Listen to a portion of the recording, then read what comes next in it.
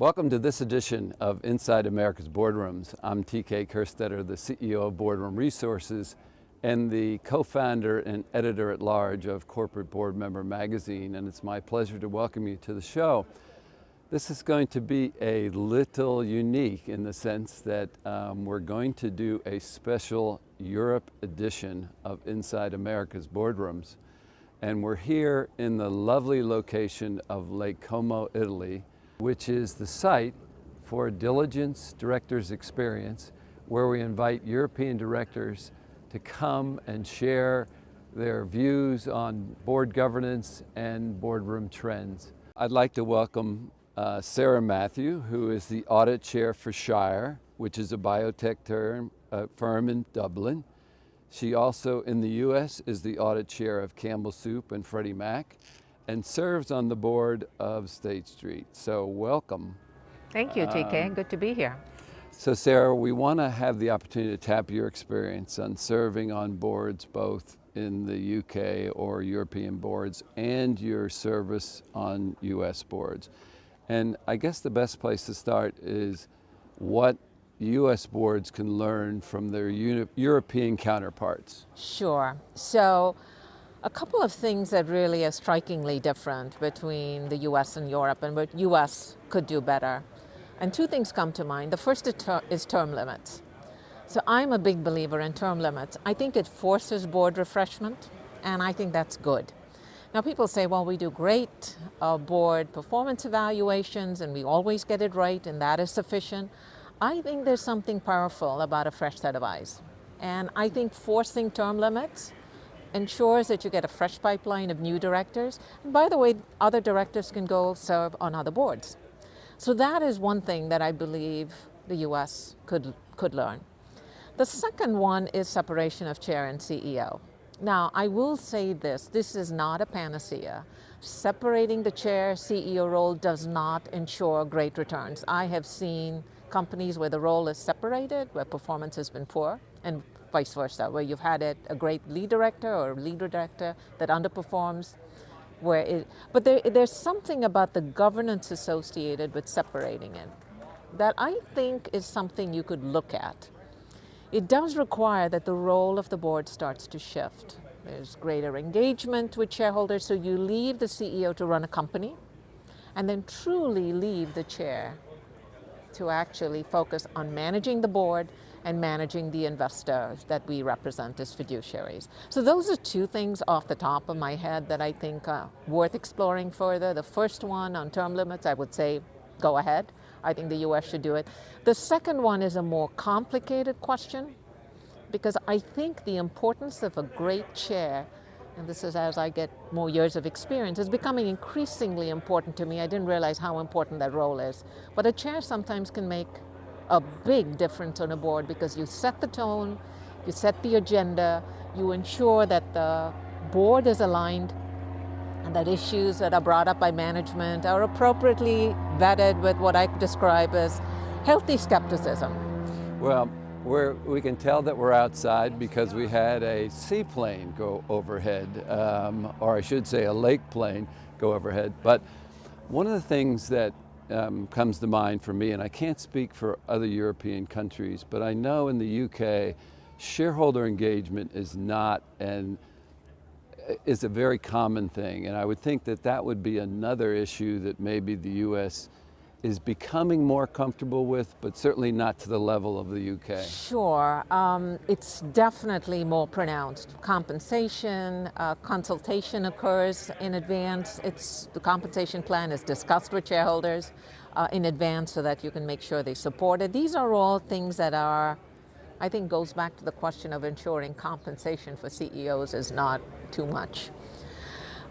I do believe in order to have a conversation with investors, you need to be able to think like an investor. So if the way I would address that issue is making sure that boards are financially relevant, financially savvy enough to understand the way investors think. So I maybe come at it a slightly different way to say, if you want to engage with shareholders, that's a good thing. But you need to have the capability and the expertise to do it in a way because you understand the way they think to be effective. So maybe a slightly different point of view, TK, than yours. So let's flip this. Let's flip it now. What can European boards learn from the U.S. board experience? A couple of things. One I talked about earlier is CEO compensation, right? I think there's such a focus on CEO compensation. I think sometimes you don't get the best person to run the company. I do agree that CEO pay has run away, and I'm not for a minute debating that. Well, if you have a great CEO, your job as a board member is so much easier because you have somebody who's looking around the corner, thinking ahead, and moving a company. And as you know, we live in extraordinary times. I call it, accelerated times. Everything is compressed. You need really agile, great CEOs to do this well, and sometimes that costs money. So I would say the UK could learn something from that. The second thing is the way you incent innovation.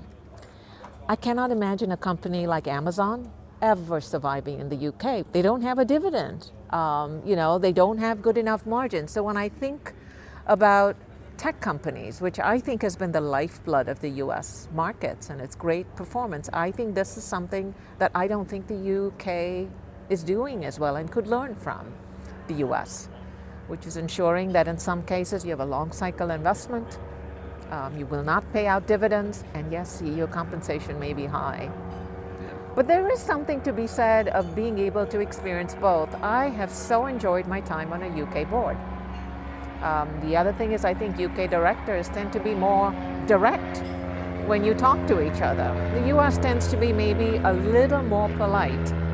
There's no question that everything's going more global. So when you're talking about these situations, directors are forced to know the nuances and the folkways and everything of multiple countries these days. One of the things we just finished talking about in our sessions has been activism, and the U.S. has led the way on that. I'm not sure if that's a positive or a negative, but has led the way. But we're gradually seeing that pick up in the European markets as well. Yeah, I think it's a fact of life. And I think it'll become even more pronounced because I think this 10-year bull run we've had in the US cannot go on forever. Maybe the UK is at a low point. But regardless, people are looking for alpha. People are looking for ways to make money. And so activism is just a new reality. And so this, again, I go back to a comment I made earlier. The importance of being financially literate and financially savvy matters. I'm not talking about accounting. I'm talking about understanding the levers of value creation and being open to new ways, because sometimes activists do bring some very unique thinking that is beneficial to a board. But being financially relevant, if you're a board member, has now become far more important than ever before. The old days of just having marketing skills is no longer sufficient. Well, we do know that the world is shrinking, and it is, and flat, apparently. Yeah, and you're a perfect example of that on serving on boards both in the UK and the United States. So, Sarah, I wanted to thank you for taking the time to join us. And it's not hard in this beautiful location. We want to apologize for the planes that go overhead, but that's just part of the environment that we're in right now. But thank you for the time. Thank you. I often say I feel thankful, grateful, privileged, and blessed to be able to do what I do in an environment like this, even more so. It's not too tough. And that will conclude this edition of Inside America's Boardroom, Special Europe Edition. We hope you enjoyed the show. We'll be back again next week when we take another look at a critical topic that'll help you be a better board member or committee member. So we'll see you then.